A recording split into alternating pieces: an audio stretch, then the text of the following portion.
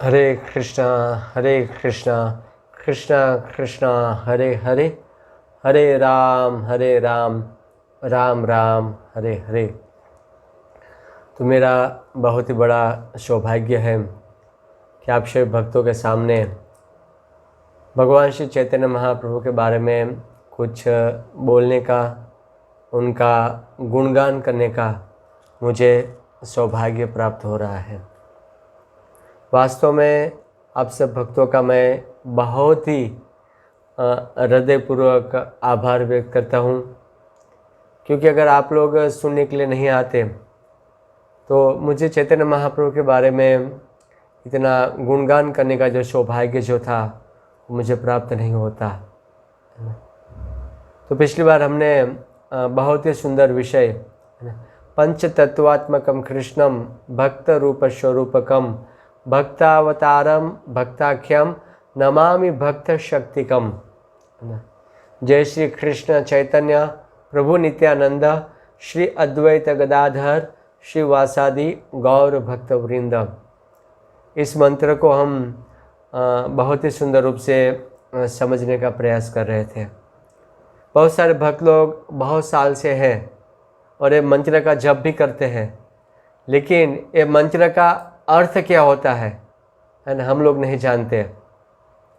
भक्तों, जब तक हम कोई भी वस्तु का अर्थ के बारे में नहीं जानते हैं तब तक हम इस वस्तु को, हमारी देखने की जो दृष्टि है या उस वस्तु को ग्रहण करने का जो हमारा भाव है, तब तक हम सही रूप में नहीं कर सकते हैं। उदाहरण के लिए, अगर कोई व्यक्ति चलते हुए जा रहा है रास्ते में और उनके साथ दूसरा भी कोई और एक व्यक्ति जा रहा है, दोनों चलते हुए जा रहे हैं और दोनों आपस में बातें करते हैं। करीबन आधा घंटे का रास्ता था, तो दोनों ने बहुत ही मधुर बहुत ही सुंदर आपस में बातें की और आधा घंटा का रास्ता ख़त्म होने के बाद दोनों इसी गांव में चले जाते हैं और आपस में दोनों ने एक दूसरे का नंबर भी लिया रहता है, कांटेक्ट नंबर भी लिया रहता है। और जब ये व्यक्ति जो था वो अब गांव में जाता है और गांववासियों से या जहाँ पर उनको जाना है वहाँ पर जाके बात करते हैं कि ये व्यक्ति जो था वो हमारे साथ, मेरे साथ रास्ते में चल के आ रहा था। तो जैसे वो सामने वाला कहेगा कि अरे ये तो इतना बड़ा व्यक्ति है, ये तो ये है, ये तो वो है ना, और जैसे उनकी महानता के बारे में बताएंगे तो ये व्यक्ति सोचेगा, अरे आधा घंटे से हम दोनों साथ में चल के आ रहे थे और मैंने तो उनको ठीक से उनसे बात भी नहीं किया, उनको देखा भी नहीं ठीक से। वापिस दूसरा दिन होता है और दोनों वापिस इसी रास्ते से निकलते हैं साथ में ही। भगवान की कृपा से दोनों साथ में हो जाते हैं। तो इस बार जो ये व्यक्ति उनसे बातें कर रहा है, उनका भाव, उनका वो व्यक्ति को देखने की जो दृष्टि है वो बिल्कुल बदल गई। क्यों? क्योंकि उनको इनके बारे में ठीक से ज्ञान प्राप्त हुआ। तो जब तक हमें सामने वाले व्यक्ति के बारे में पूरा ज्ञान नहीं होता है या वो व्यक्ति को हम ठीक से जानते नहीं हैं, तब तक हम उनके साथ जो भी व्यवहार करते हैं वो ठीक से व्यवहार नहीं करते हैं। भक्तों, वैसा ही हमारा भक्ति में भी है। जब हम महामंत्र जपते हैं और उनका अर्थ क्या है, उनका फ़ायदा क्या है, जैसे हम जानने लगते हैं तो हमारा भाव बदल जाता है।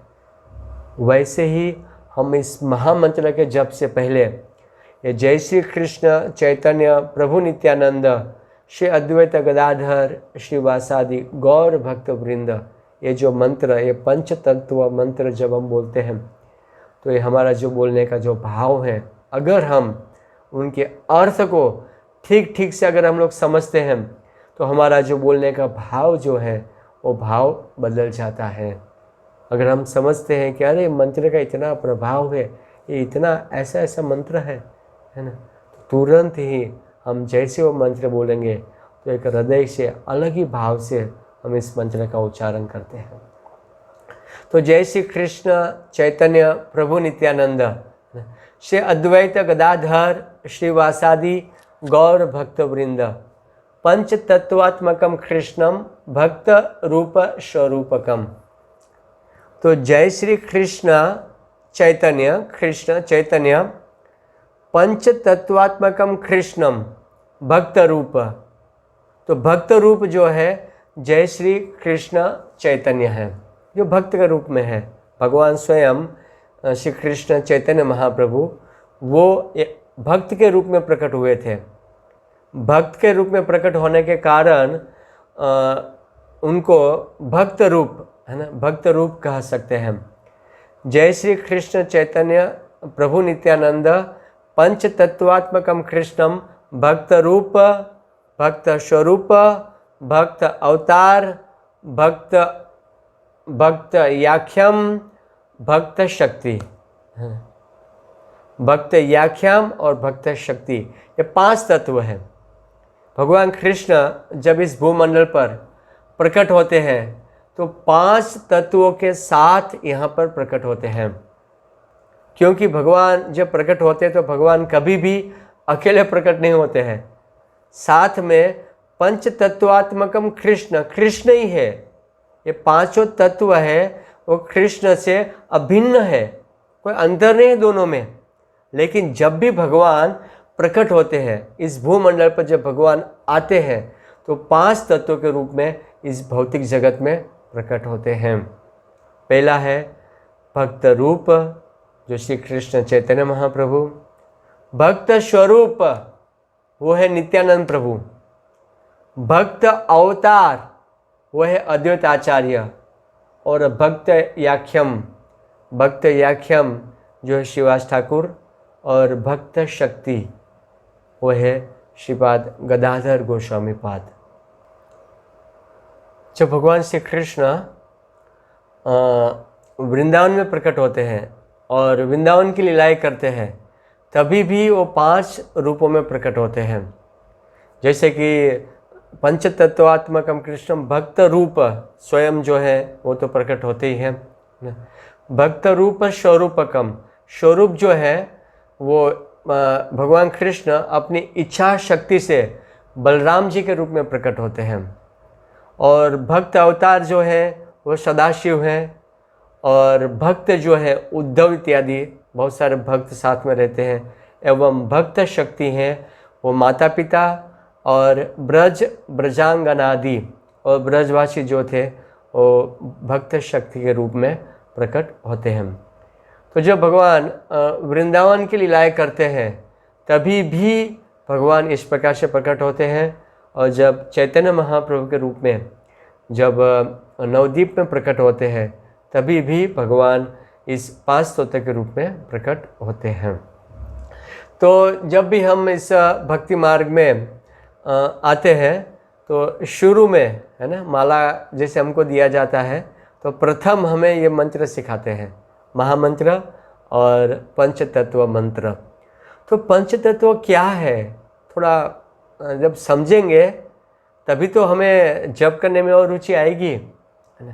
जैसे आप देख सकते हैं जो बीच में है वो चैतन्य महाप्रभु है। चैतन्य महाप्रभु के राइट हैंड पे नित्यानंद प्रभु है, और नित्यानंद प्रभु के बाजू में, नित्यानंद प्रभु के पास में अद्वैत आचार्य है। और चैतन्य महाप्रभु के लेफ्ट साइड में, लेफ्ट हैंड में बाजू में जो है वो गदाधर पंडित है, और उनके पास में श्रीवास ठाकुर है। तो 5 तत्वों में, है ना, भगवान कृष्ण जब इस भूमंडल पर प्रकट होते हैं तो 5 तत्वों के साथ प्रकट होते हैं। जीव गोस्वामी पाद ने बहुत ही सुंदर कहा है ना, बहु भी मिलित्वा तदगान सुखम कृष्ण गानम, है ना। जीव गोस्वामी पाद कहते हैं कि बहुत व्यक्तियों का मिलकर कृष्ण नाम का, कृष्ण की लीलाओं का गुणगान करना, है ना। बहु भी मिलित्वा तदगानम सुखम कृष्ण गानम, और गुणगान करने से जब कृष्ण को सुख मिलता है, सुखम गानम, है ना, कृष्ण को सुख मिलता है, उसे संकीर्तन कहा जाता है। तो स्वाभाविक है कि जब भगवान इस भौतिक जगत में प्रकट होते हैं तो उनको संकीर्तन करना होता है, और संकीर्तन करना होता है तो अकेले तो संभव है नहीं, अकेले संकीर्तन है, बहुत सारे भक्त लोग मिलकर आपस में जब कीर्तन करते हैं उसे संकीर्तन कहा जाता है। तो इसीलिए भगवान जब खास करके कलयुग में युगावतार के रूप में प्रकट होते हैं और हरिनाम संकीर्तन का प्रचार करने के लिए प्रकट होते हैं, तो भगवान श्री चैतन्य महाप्रभु अपने साथ में अंग उपंग अस्त्र पार्षद है ना, कृष्ण वर्णम तिशा कृष्णम शांग स अंग उपंग अस्त्र पार्षद के साथ भगवान जो है इस भौतिक जगत में प्रकट होते हैं। तो चैतन्य महाप्रभु ईश तत्व श्री कृष्ण चैतन्य राधा कृष्ण नहीं अन्य, हमने पिछली बार बहुत ही सुंदर रूप से भगवान श्री चैतन्य महाप्रभु के बारे में विस्तार से बताया था। और गौर पूर्णिमा में भी हम लोग हमेशा चैतन्य महाप्रभु के बारे में तत्व से सिद्धांत से हम लोग समझते ही हैं कि भगवान श्री कृष्ण श्रीमती राधा रानी के भाव को लेकर प्रकट होते हैं, वो है चैतन्य महाप्रभु। और भगवान श्री कृष्ण जब राधा रानी के प्रेम में पागल हो जाते हैं, पागल कृष्ण, और वो है जगन्नाथ जी, है ना। तो भगवान कृष्ण जब चैतन्य महाप्रभु के रूप में प्रकट होते हैं तो श्रीमती राधा रानी को भाव को, श्रीमती राधा रानी के अंग क्रांति को लेकर प्रकट होते हैं, है ना। चैतन्य महाप्रभु जब प्रकट होते हैं तो श्रीमती राधा रानी की अंग क्रांति होती है, तब तक कांचन गौरांग, है ना। चैतन्य महाप्रभु गौर अंग के साथ प्रकट होते हैं, इसीलिए उनको गौरांग कहा जाता है। तो ईश तत्व स्वयं रूपा जो श्रीमती राधा रानी के भाव को लेकर, है ना, हमने पिछली बार बहुत ही सुंदर रूप से बताया था कि कृष्ण सोचते हैं कि राधा रानी मुझसे ज़्यादा आनंद की अनुभूति क्यों करती है। इसीलिए भगवान श्री कृष्ण जो है और राधा रानी के रूप में उनके भाव लेकर प्रकट हुए, क्योंकि भक्त को जब भगवान से भक्त को ज़्यादा आनंद आते हैं, भगवान को भक्त को भगवान से ज़्यादा आनंद की अनुभूति होती है। इसीलिए भगवान जो है वो भक्त को कितना आनंद आता है, वो आनंद देखने के लिए, वो आनंद की अनुभूति करने के लिए, है ना। भगवान कृष्ण का नाम है मदन मोहन, राधा रानी 2 कदम आगे है, मदन मोहन मोहिनी, है ना। तो कृष्ण सोचते हैं कि राधा रानी इतना आनंद में क्यों रहती है ना, मेरी भक्ति में इतना आनंद है। इसलिए भगवान कृष्ण, स्वयं कृष्ण श्रीमती राधा रानी के भाव को लेकर एक भक्त के रूप में प्रकट होते हैं। हमने बहुत ही विस्तार से पिछली बार वो हमने बता दिया कि श्री कृष्ण चैतन्य राधा कृष्ण नहीं अन्य, वो श्रीमती राधा रानी और कृष्ण, श्री कृष्ण चैतन्य महाप्रभु है, वो श्रीमती राधा रानी और भगवान कृष्ण से अलग नहीं है, दोनों का ही मिलित स्वरूप है, वह है भगवान श्री चैतन्य महाप्रभु। और नित्यानंद के बारे में वो भी हमने पिछली बार बताया था, है ना। ईश्वर स्वरूप बहुत ही विस्तार से बताया था, ईश्वर स्वरूप, है ना। पंच तत्वात्मकम कृष्णम भक्त रूप स्वरूपकम, ईश्वर स्वरूप नित्यानंद प्रभु जो है वो ईश्वर स्वरूप कहा जाता है। और बहुत ही सुंदर चैतन्य चैतामृत में इसका वर्णन प्राप्त होता है कि सर्व अवतारी कृष्ण स्वयं भगवान ताहार द्वितीय देह श्री बलराम एक स्वरूप द्वि भिन्न मात्र काय आद्य काव्य व्यूह कृष्ण लीलार सहाय से कृष्ण नवद्वीपे श्री चैतन्य चंद्र से बलराम संगे श्री नित्यानंद। श्रीपाद कृष्णदास कविराज गोस्वामी पाद बहुत ही सुंदर रूप से बताते हैं। श्रीपाद कृष्णदास कविराज गोस्वामी पाद कहते हैं कि सर्व अवतारी कृष्ण स्वयं भगवान, सभी अवतारों के मूल उद्गम सर्व अवतारी कृष्ण जो है स्वयं भगवान है। दीपार्चिरेव वही दशाम तरम अभ्युपेत्य, मूल जो है कृष्ण है, जैसे एक दीप होता है, उनसे दूसरा दीप प्रकट होता है और दूसरे से तीसरा, तीसरे से चौथा, लेकिन मूल दीप जो है वो मूल होता है। तो इसी प्रकार से कृष्ण जो है सर्व अवतारी है ना। भगवान कृष्ण जो है सर्व अवतारी मूल है ना। अनादि आदि गोविंद, इनका कोई अनादि नहीं है और उनका कोई आदि नहीं है। ताहार द्वितीय देह श्री बलराम, उनका जो दूसरा स्वरूप है वो बलराम जी है। ताहार द्वितीय देह श्री बलराम है ना। बलराम जी जो है द्वितीय देह है, कृष्ण और बलराम जी में कोई अंतर नहीं है, एक ही है, द्वितीय देह। भगवान जो है अपना बलराम जी के रूप में विस्तार करते हैं, द्वितीय देह के रूप में विस्तार करते हैं। कृष्ण और बलराम जी में दोनों में कोई अंतर नहीं है ना। आद्य काव्य व्यूह कृष्ण लीला सहाय है ना। आद्य काव्य व्यूह कहा जाता है ना। भगवान कृष्ण को लीला में सहायता करने के लिए है ना, सहायता करने के लिए बलराम जी के रूप में जो कृष्ण जो है बलराम जी के रूप में अपना विस्तार करते हैं। सर्व अवतारी कृष्ण स्वयं भगवान है ना। ताहार द्वितीय देह श्री बलराम, एक ही स्वरूप। बलराम और कृष्ण का दोनों का एक ही स्वरूप है, स्वरूप में कोई अंतर नहीं है। कृष्ण और बलराम जी है, दोनों एक ही है ना। इनको आद्य काव्य व्यूह कहा जाता है।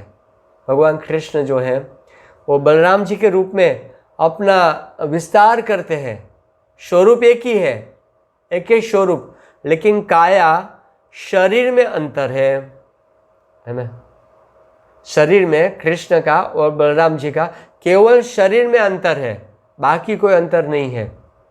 भगवान को कुछ लीला करनी होती है तो बलराम जी के माध्यम से लीला का आनंद प्राप्त करने के लिए भगवान जो है बलराम जी के रूप में अपना विस्तार करते हैं।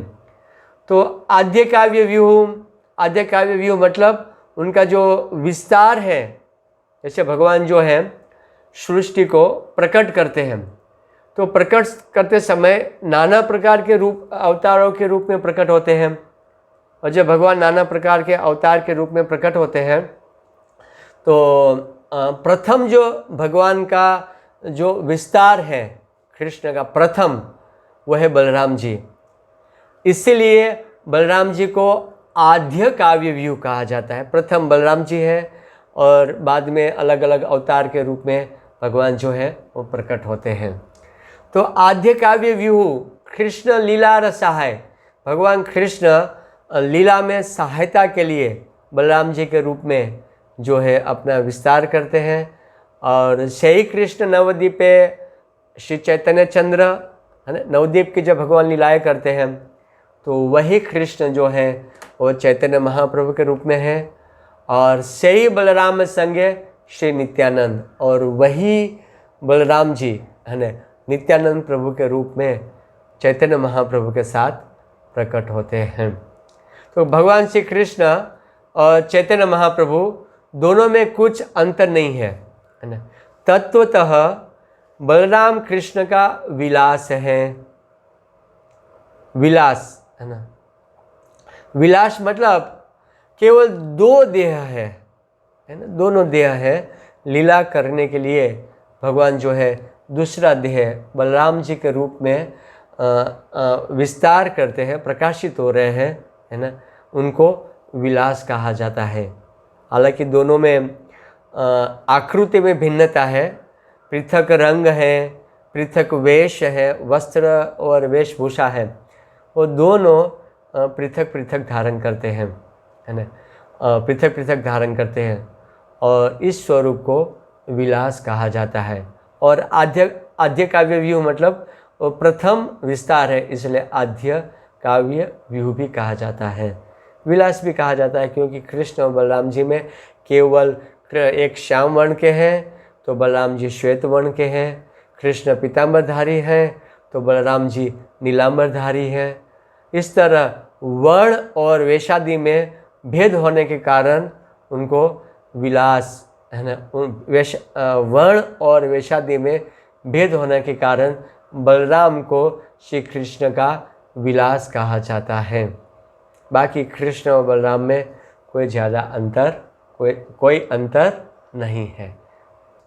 बलराम जी जो है वो कृष्ण की 6 रूपों में सेवा करते हैं।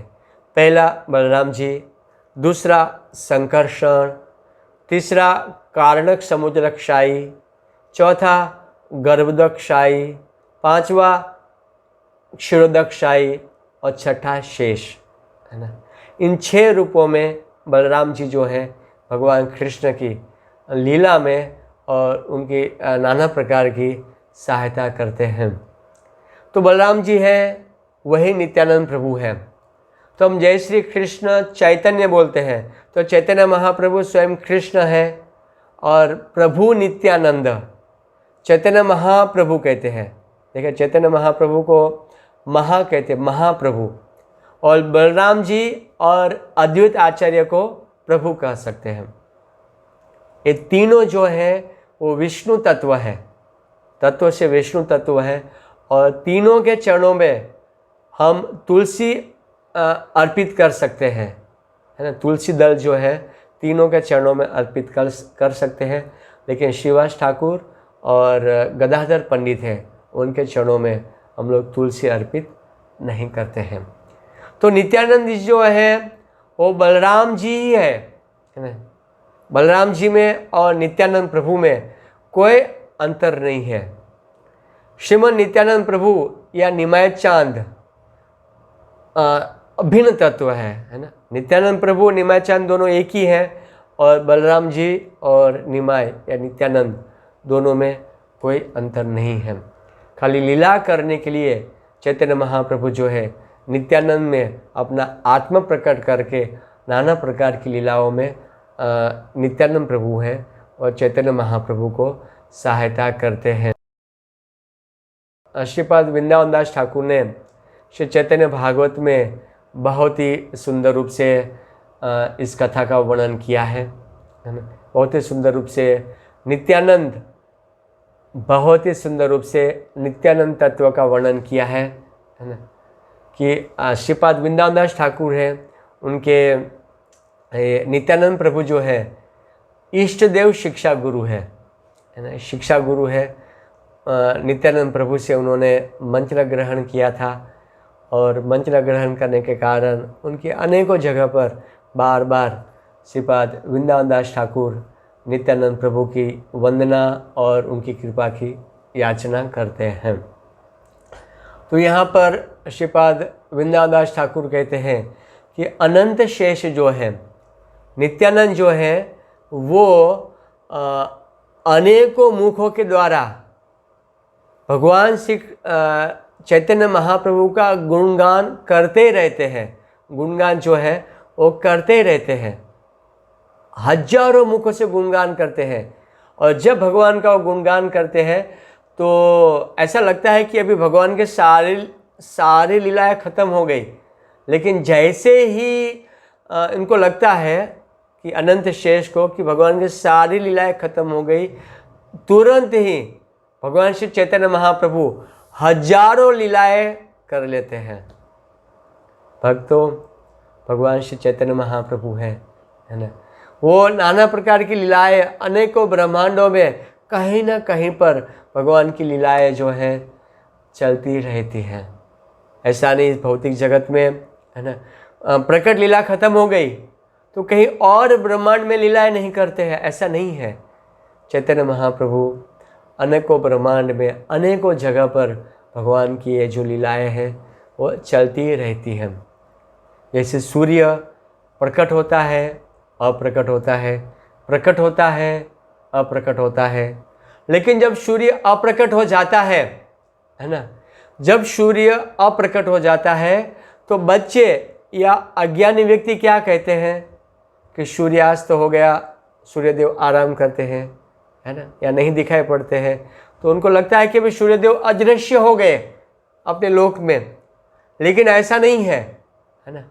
हम विज्ञान के आधार पर भी समझ सकते हैं और भागवत से भी समझ सकते हैं कि जब सूर्यास्त होता है तो भगवान सूर्यदेव जो है और दूसरे ब्रह्मांड में, दूसरे लोक में और कहीं पर भी अनेकों जगह पर वापिस सूर्यदेव प्रकट हो जाते हैं। यहाँ अप्रकट हो गए लेकिन वहाँ पर प्रकट होते हैं। यहाँ पे जब अदृश्य हो गए रात के समय पर, तो इसका मतलब ये नहीं है कि वो अपने लोक में चले गए, नहीं, ऐसा नहीं है। सूर्यदेव कहीं ना कहीं पर प्रकट और अप्रकट, है ना, कहीं ना कहीं पर प्रकट अप्रकट की जो लीलाएं हैं सूर्यदेव की चलती ही रहती हैं। भक्तों, नित्यानंद प्रभु जो हैं भगवान श्री चैतन्य महाप्रभु से अभिन्न है, एक ही स्वरूप, दोनों स्वरूप से एक है, खाली काया में अंतर है ना। श्रीपाद कृष्णदास कविराज गोस्वामी पाद बहुत ही सुंदर नित्याय चांद नित्यानंद प्रभु के बारे में श्री चैतन्य चरितामृत में विस्तार से वर्णन करते हैं। भक्तों, अगर हम भगवान श्री चैतन्य महाप्रभु की लीलाओं के बारे में ठीक से समझना चाहते हैं तो वर्तमान में 3 प्रामाणिक ग्रंथ हैं, और भी बहुत सारे हैं, लेकिन 3 ग्रंथों के माध्यम से हमारे इस गौड़ीय संप्रदाय में भक्त लोग गुणगान करते हैं। और इस गौड़ीय संप्रदाय में तीनों ग्रंथों को एक प्रामाणिक महाप्रभु की प्रामाणिक लीला के रूप में उनको स्वीकार किया जाता है। पहला ग्रंथ है श्री चैतन्य भागवतम, जो श्रीपाद वृंदावन दास ठाकुर ने लिखा। श्री चैतन्य चरितामृत श्रीपाद कृष्णदास कविराज गोस्वामी पाद ने लिखा। श्री चैतन्य भागवत में चैतन्य महाप्रभु की बाल्य लीला विस्तार से वर्णन प्राप्त होता है, और संन्यास लेने के बाद की जो लीला है वो श्री चैतन्य चरितामृत में विस्तार से प्राप्त होता है। श्री कृष्णदास कविराज गोस्वामी पाद बहुत ही सुंदर कहते हैं कि वृंदावन दास ठाकुर ने महाप्रभु की जो विस्तार से लीलाएं की हैं, तो उसी लीलाओं को पुनः मैं नहीं दोहराता हूँ, है ना। भक्त के प्रति अपराध के कारण वो लीलाओं को मैं वापिस नहीं दोहरा रहा हूँ। और श्रीपाद कृष्णदास कविराज गोस्वामी पाद वो आगे बढ़ते हैं। चैतन्य चरितामृत में हम बहुत ही सुंदर रूप से समझ सकते हैं, जब वो लिखते जाते हैं तो लीलाओं को संक्षिप्त में बताते हुए वो आगे बढ़ते जाते हैं, आगे बढ़ते जाते हैं। तो बाल्य लीला अगर हमें चैतन्य महाप्रभु की समझनी है तो श्री चैतन्य भागवतम, और संन्यास के बाद की लीला अगर हमें विस्तार रूप से अगर हम सुनना चाहते हैं तो श्री चैतन्य चरितामृत से हम लोग सुन सकते हैं या पढ़ सकते हैं। तो चैतन्य मंगल में क्या है, आप लोग प्रश्न करोगे, है ना। तो चैतन्य चरितामृत, चैतन्य भागवत में क्या है वो तो हमने समझ लिया, लेकिन चैतन्य मंगल में क्या है। तो चैतन्य मंगल में जो इन दोनों में जो लीलाएं नहीं है, है ना, वो लीलाएं श्रीपाद लोचन दास ठाकुर ने चैतन्य मंगल में बहुत ही सुंदर विस्तार से वर्णन किया है। भक्तों, अगर हम श्री चैतन्य महाप्रभु की लीलाओं को अगर हम बहुत ही सुंदर रूप से विस्तार से अगर हम लोग समझना चाहते हैं, है ना, तो 3 ग्रंथ को आप पढ़िए। तीनों ग्रंथ के बारे में जहाँ पर कथा होती है आप सुनिए। आप भगवान श्री चैतन्य महाप्रभु के बारे में बहुत ही सुंदर से और बहुत ही विस्तार से समझ सकते हैं। तो नित्यानंद प्रभु कौन है? हमने श्रीपाद वृंदावन दास ठाकुर के मुख से सुना, श्रीपाद कृष्णदास कविराज गोस्वामी के मुख से सुना, लेकिन अभी हम चैतन्य महाप्रभु के मुख से सुनते हैं कि नित्यानंद प्रभु कौन है। भगवान श्री चैतन्य महाप्रभु गौड़ देश में नाना प्रकार की लीलाएं कर रहे थे। भगवान श्री चैतन्य महाप्रभु नीलाचल में नाना प्रकार की लीलाएं कर रहे थे। तो गौड़ देश का उद्धार करके नित्यानंद प्रभु नीलाचल आ गए। नित्यानंद प्रभु जो थे उनको भगवान श्री चैतन्य महाप्रभु ने प्रचार करने का आदेश दिया था। भक्तों, ये भगवान श्री चैतन्य महाप्रभु का सभी भक्तों के लिए प्रमुख आदेश है कि प्रचार करें, है ना। हर एक भक्तों को प्रचार करना है। भक्तों, कभी कभी कोई भक्त कहता है मेरे गुरुजी ने तो मुझे नहीं कहा प्रचार करो, मैं कैसे प्रचार करूं? लेकिन हमें हमारे इस गौड़ीय संप्रदाय का जो सिद्धांत है, हमारे गौड़ीय संप्रदाय का जो सिद्धांत और तत्व है, उनको हमें ठीक से समझना होता है। एक आदेश होता है जो गुरु हमें देते हैं कि आपको ये करना है। दूसरा आदेश है कि परम गुरुदेव श्रील प्रभुपाद जी हमें कहते हैं कि आपको ये करना है। और तीसरा आदेश है श्री चैतन्य महाप्रभु ने। चैतन्य महाप्रभु ने बहुत से जगह पर भक्ति का प्रशिक्षण दिया, भक्ति के बारे में जो वर्णन किया, वो हर एक भक्तों के लिए आदेश है। चैतन्य महाप्रभु ने कहा, जारे देखो तारे कहो कृष्ण उपदेश, जारे देखो तारे कहो कृष्ण उपदेश। चैतन्य महाप्रभु ने कहा कि आप जिसको भी देखो कृष्ण का उपदेश दो। सबके लिए आदेश है, गुरु बनो, जीवन सार्थक करो परोपकार। आप सब लोग भक्ति में हैं, आपने अपना जीवन को सार्थक कर दिया तो हमारा जीवन सार्थक हो गया, लेकिन लोगों का जीवन को भी हमें सार्थक करना है, हमें परोपकार भी करना है। हाँ भक्तों, ये जो प्रचार करना है भगवान श्री चैतन्य महाप्रभु का सभी के लिए प्रत्यक्ष रूप में आदेश है। हमें गुरु के आदेश के लिए हमें इंतजार नहीं करना है।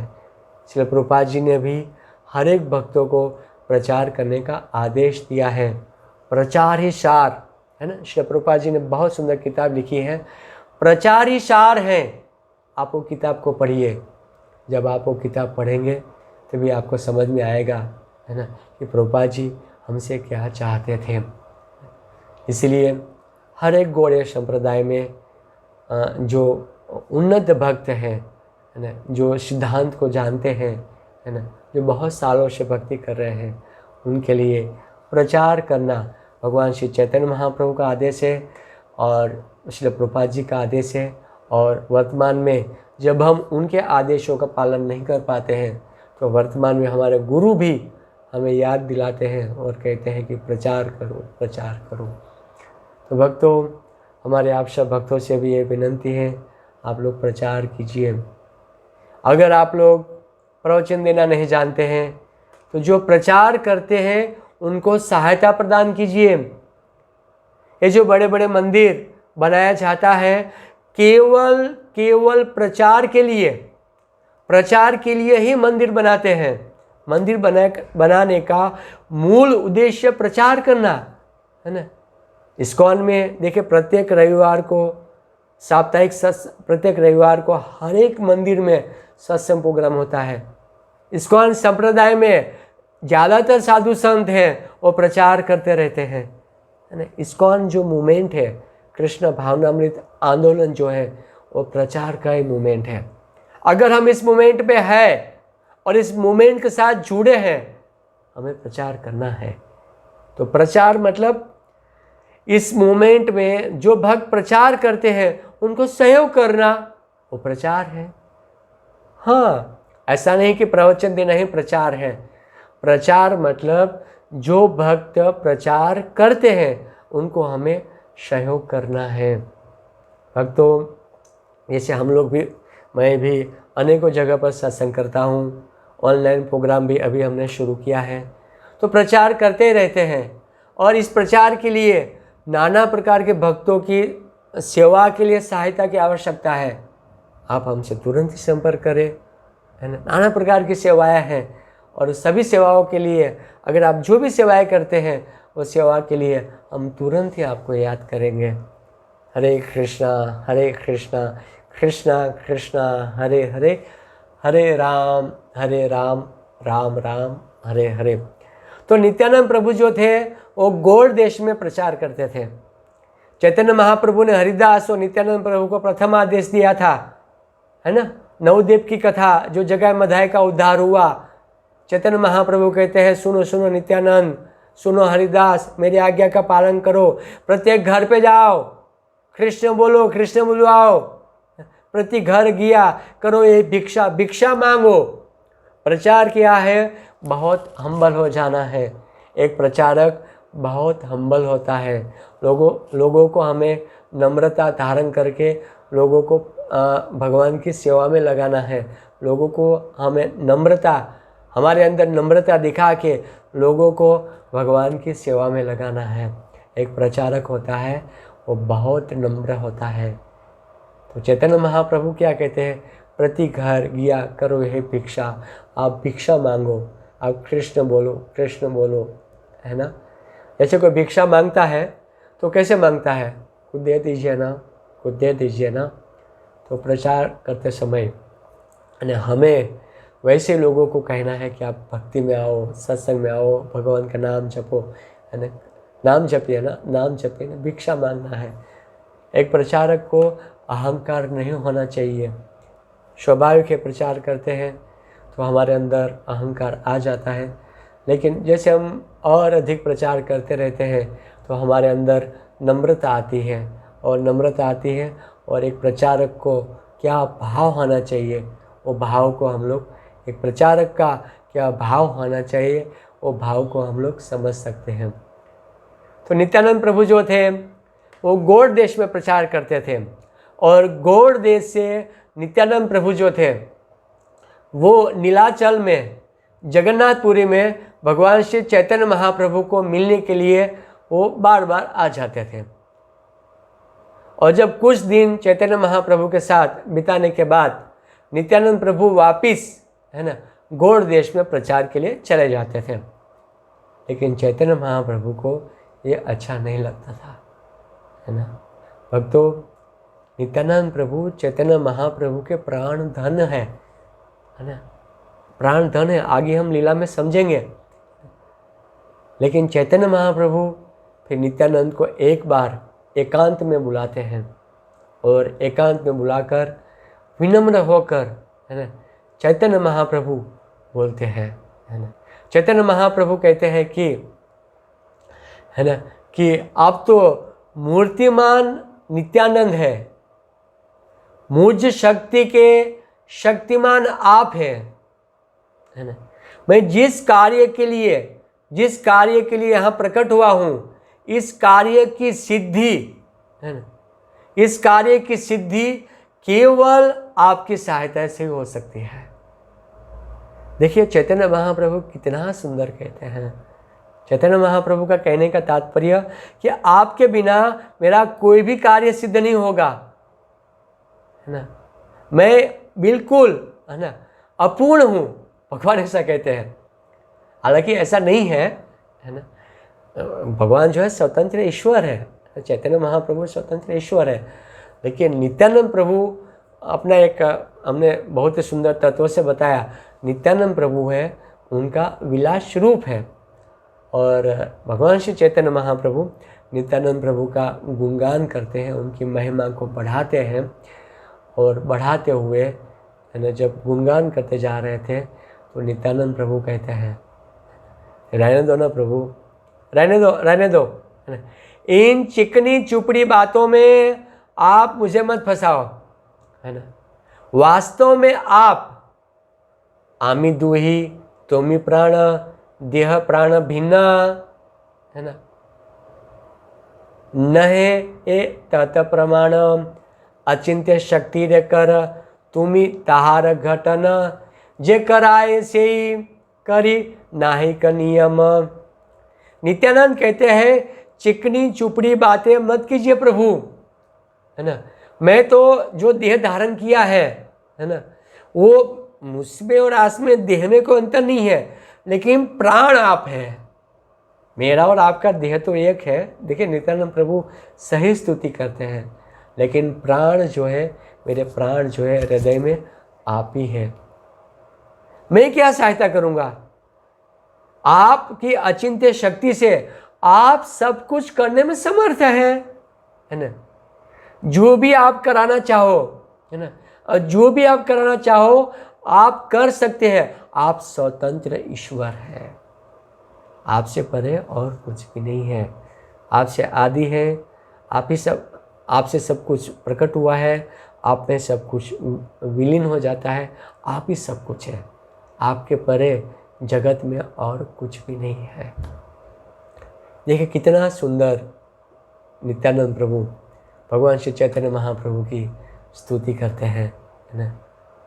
और नित्यानंद प्रभु कहते हैं कि प्रभु आप मुझसे क्या चाहते हो, आप मुझसे क्या चाहते हो, आप मुझे आदेश प्रदान करो, मेरे लिए क्या सेवा है, आप जो है मुझे आदेश प्रदान करो, है ना।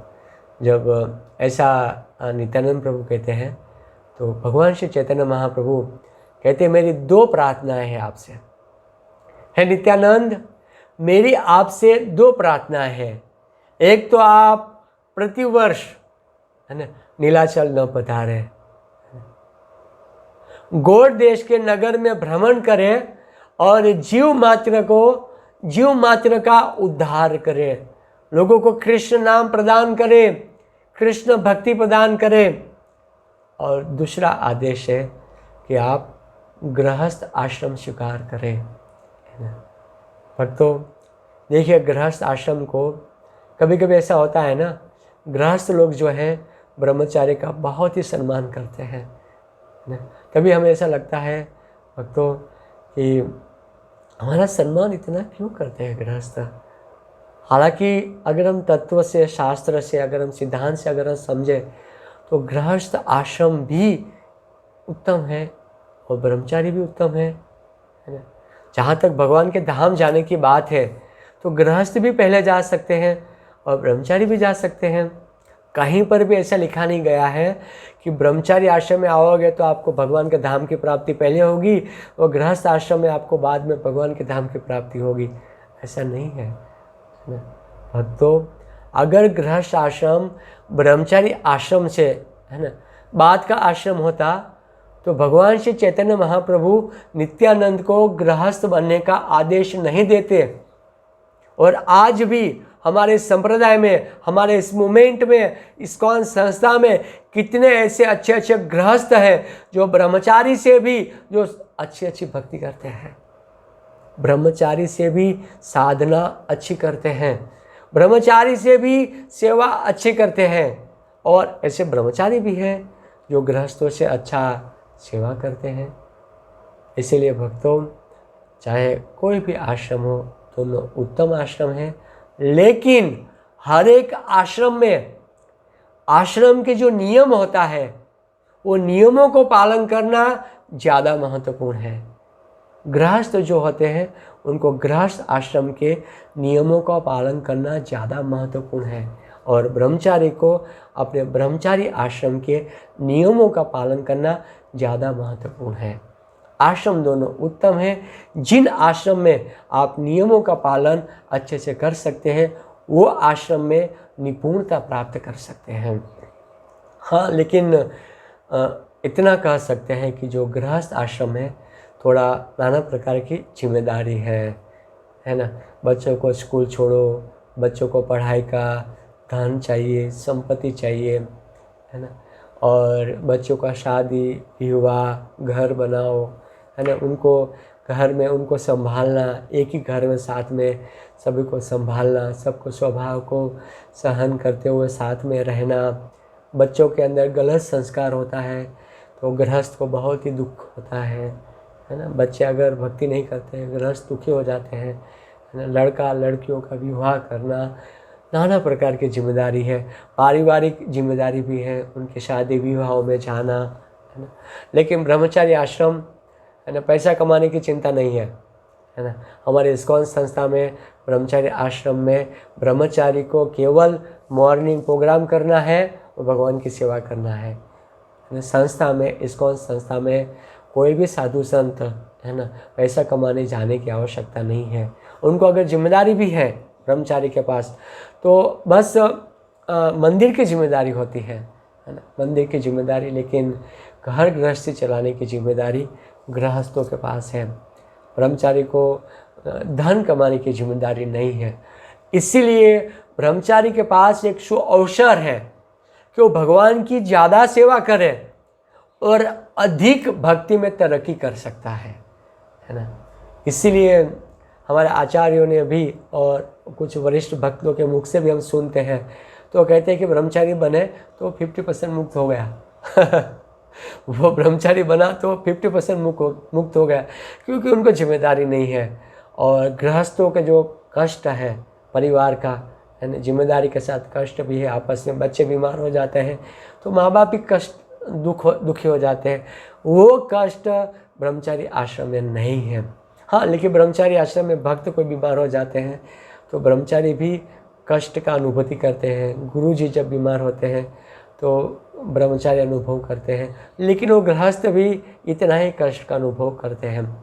अगर हमारे मंदिर में कोई भक्त बीमार हो जाते हैं, चाहे कोई स्त्री हो, चाहे कोई पुरुष हो, चाहे कोई बच्चा हो, चाहे कोई गृहस्थ हो, चाहे कोई सन्यासी हो, है ना, बीमार हो जाते हैं, हॉस्पिटल में होते हैं, या नाना प्रकार से कष्ट ग्रहण करते, नाना प्रकार का कष्ट होता है उनको, तो हर भक्त एक दूसरे आश्रम में अगर कष्ट होता है तो एक दूसरे की सहायता करते हैं, सहायता एक दूसरे की करते हैं। इसीलिए खाली ब्रह्मचारी आश्रम में कोई जिम्मेदारी नहीं है और साधन का अच्छा सुयोग है और अच्छा अवसर है। हम मॉर्निंग प्रोग्राम बहुत अच्छे से कर सकते हैं ब्रह्मचारी आश्रम में, है ना, दिन भर पैसा कमाने के लिए नहीं जाना। हमारे संप्रदाय में बहुत से ऐसे गृहस्थ हैं जो मॉर्निंग प्रोग्राम करना चाहते हैं, लेकिन उनको 8-8, 10-10, 12-12 घंटा ऑफिस में जाना, ऑफिस के लिए ट्रैवलिंग करना पड़ता है या ऑफिस जाना होता है, जिसके कारण वो चाहते हुए भी मॉर्निंग प्रोग्राम नहीं कर पाते। लेकिन ब्रह्मचारी के पास एक शु अवसर है ना, शु अवसर है कि ब्रह्मचारी आश्रम में रहते हुए वो साधन, भजन, भगवान की सेवा और मंदिर के अंदर ही है, अंदर रहते हुए बिल्कुल आसानी से, है ना, आसानी से उत्तम भक्ति को प्राप्त कर सकते हैं, है ना। तो चैतन्य महाप्रभु ने नित्यानंद प्रभु को 2 आदेश दिया। पहला आदेश दिया कि आप पहला आदेश दिया कि बार बार नीलाचल में नहीं आए, आप गौड़ देश में जाएं, और दूसरा आदेश दिया कि आप गृहस्थ आश्रम पे रहें। पहला आदेश दिया कि आप गौड़ देश में रह के प्रचार करें, और दूसरा आदेश दिया कि आप गृहस्थ आश्रम स्वीकार करें। तो हमारे अंदर विचार होगा कि चैतन्य महाप्रभु पहला आदेश दिया प्रचार करो, ठीक है, बार बार मुझे मिलने के लिए मत आओ, लेकिन गृहस्थ आश्रम स्वीकार करो। चैतन्य महाप्रभु चाहते थे कि इस गौड़ीय संप्रदाय का जो प्रचार है वो बढ़ता रहे, शाखा उपशाखा, है ना, टहनियाँ, पत्ते, नाना प्रकार से विस्तार होता रहे।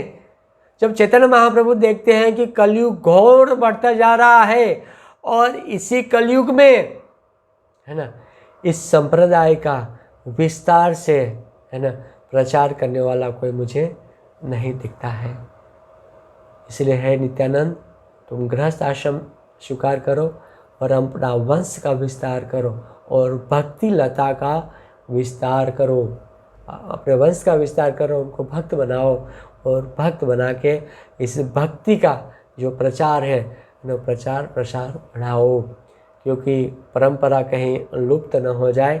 इसीलिए आप इस परंपरा को, आप गृहस्थ आश्रम में अपना वंश का विस्तार करो और इस गौड़ीय संप्रदाय की ये जो परंपरा है वो परंपरा को बढ़ाओ। नित्यानंद प्रभु ने जैसे सुना वो तो अवाक रह गए, क्षण भर तो वो बहुत ही दुख को ग्रहण किया और उनके आंखों में अश्रुपात होने लगा। भगवान श्री चैतन्य महाप्रभु को नित्यानंद प्रभु छोड़ना नहीं चाहते थे, बिल्कुल छोड़ना नहीं चाहते थे, है ना, आंखों में अश्रुपात, और उनके चरण पकड़ लिए नित्यानंद प्रभु ने। लेकिन चैतन्य महाप्रभु का आदेश था और आदेश होने के नाते नित्यानंद प्रभु जो थे वो बिल्कुल अवाक रह गए, कुछ नहीं बोले, केवल आंखों में अश्रुपात था और बिल्कुल चुप, शुद्ध बुद्ध होकर चुप चैतन्य महाप्रभु के चरण पकड़ के और चुपचाप महाप्रभु के सामने से खड़े रहे। और नित्यानंद प्रभु की इच्छा नहीं थी चैतन्य महाप्रभु को छोड़ने की। भला कौन भक्त जो होता है वो अपने भगवान को, विरह को, भगवान को छोड़ के कहीं दूर चला जाए, है ना। भक्त जो है इस प्रकार से विरह वेदना में नहीं रह सकता है, भक्त को विरह सहन नहीं होता है।